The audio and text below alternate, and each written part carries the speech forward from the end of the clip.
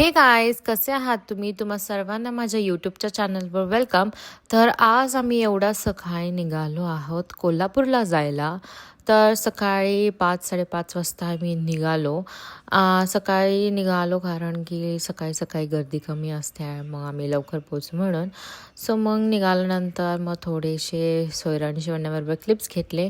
मग त्यानंतर थोडं पुढे आल्यावर आम्ही इथे नाश्ता करायला थांबलो. आणि या दोघींचा नाश्ता बघा तुम्ही, सकाळी सकाळी या दोघींना किंडर जॉय लागते, म्हणजे बाकी काही नको, फक्त किंडर जॉय दिलं झालं. सो मग थोड्या वेळातच आम्ही पोचलो इथं कोल्हापूरला महालक्ष्मीच्या मंदिरात.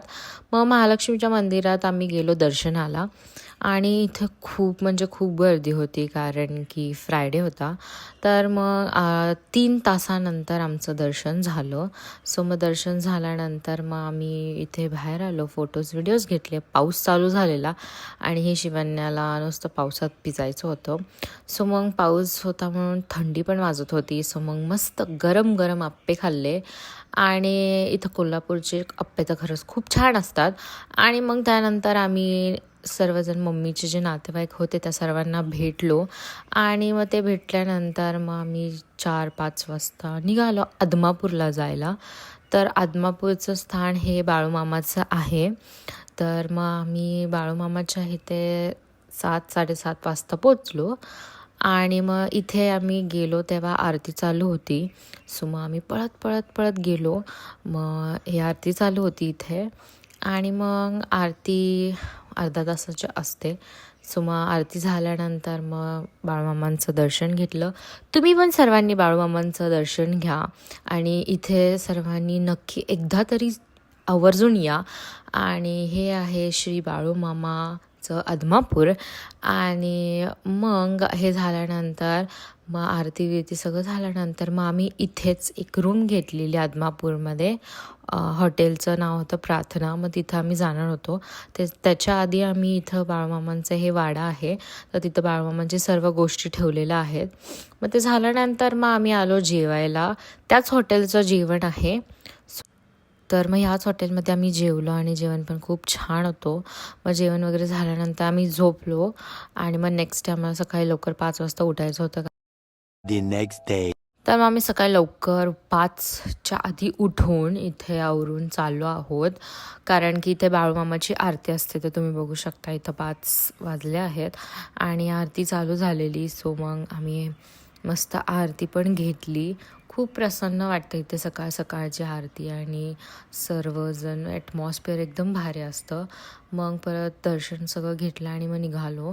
आणि थोडंच पुढं आल्यावर आम्हाला भूक लागली, कारण की सकाळी सकाळी उठल्यावर खूप भूक लागते.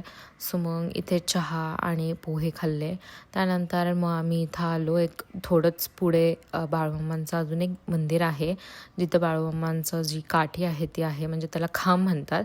असं म्हणतात की त्या खांबला स्पर्श जरी केला तरी आपल्या मागची नेगेटिव्हिटी, करणी धरणी हे सगळं निघून जातं. म्हणजे खूप भारी आहे. असं तुम्ही पण एकदा जावा नक्की. त्यानंतर मग आम्ही गेलो रंकाळ्याला, म्हणजे कोल्हापूरला चाललेलो. सो जाता जाता रंकाळा लागला, कारण की आम्ही इथून चाललेलो आहोत ज्योतिबाला. तर तुम्ही पण बघू शकता किती छान व्ह्यू आहे हा रंकाळ्याच्या इथला. खरंच खूप दिवसानंतर आली आहे तर मस्त वाटत होतं. तर यानंतर मग आम्ही ज्योतिबाच्या तिकडे निघालो. आणि मग हा ज्योतिबाचा जो घाट आहे खूप सुंदर होता. ॲटमॉस्फिअर सगळं एकदम भारी वाटत होतं. मग थोड्याच वेळात आम्ही आलो इथे मेन द्वारला. दॅट इज दख्खनचा राजाचं ते गेट आहे मेन.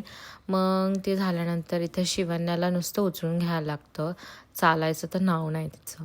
तर मग इथं आल्यानंतर आम्ही आमचे पाय बघतोय, कारण की वेगळेच वाटत होतं, पिवळे पिवळे असे.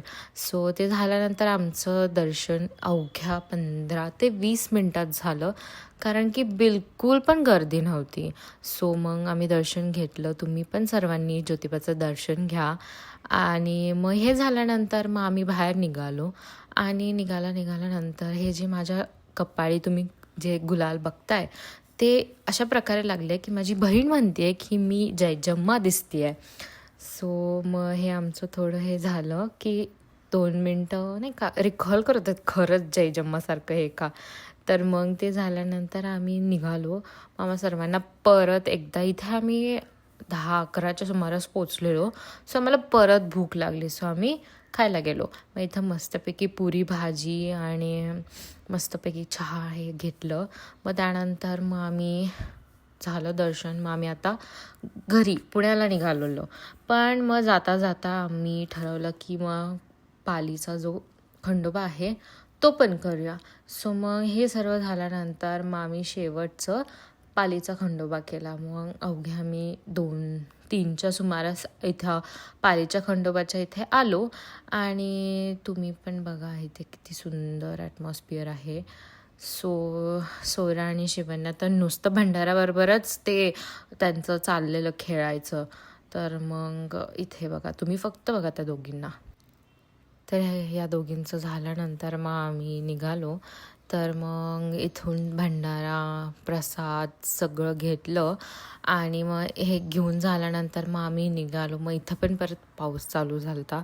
सो मग निघालो आम्ही आणि मग मध्येच रस्त्यात जेवलो आम्ही. सातारा हायवेला पण त्या हॉटेलचं जेवण चांगलं नव्हतं. सो एनिवेज तर मग आम्ही झालो. आता आम्ही फायनली घरी जायला निघालो आहे. सो तुम्हाला हा व्लॉग आवडला असेल तर मला नक्की कळवा. आणि हा मी व्लॉग इथेच संपवते. बाय.